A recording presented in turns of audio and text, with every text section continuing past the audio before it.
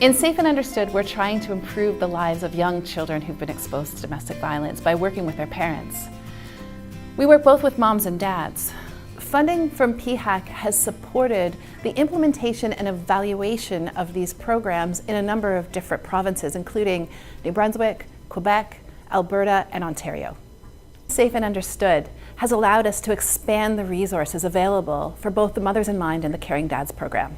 This program came about out of a need to fill a gap for those kids who were under the age of 4 and sadly enough disproportionately exposed to domestic violence because of their proximity to their caregivers when violence is occurring, but also because of their vulnerability developmentally, and also the need for these children to have their emotions regulated and their safety created and monitored by their caregivers.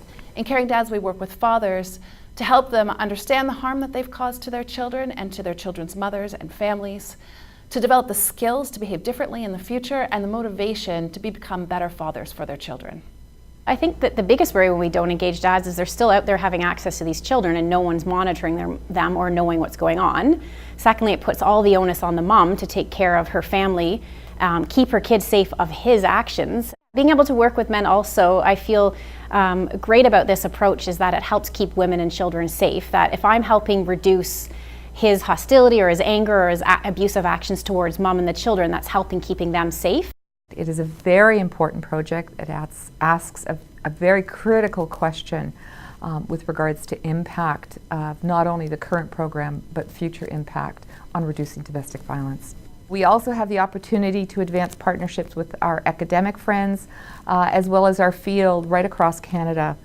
And most importantly, it allows us the opportunity to work with our Indigenous partners in advancing knowledge with them as well. I think one of the most important things about the Caring Dads program and the MIM program through Safe and Understood is the collaboration that happens between the partners, specifically with the agencies. We know from the outcomes of inquests, we know from the research that child welfare cannot be doing this work alone effectively. That in order to keep kids safe, we have to partner with communities, and that doesn't just mean making referrals, but having conversations, knowing what the other is doing, understanding what each system brings to the table as well. So there was actually one dad a couple groups ago who was not having access, and access was in the process of starting, but it took a while. But when he did have access at an access center, and it was the first time he'd seen his kids in about a year, one of his kids said to him, "You know, Daddy, I'm not sure if I love you." And this father came into group and he says, "You know, if I had had access prior to starting the group and my child said that, it would have been a very different reaction from me. I probably would have argued with my kid or told them, of course you love me, I'm your dad, you're supposed to love me.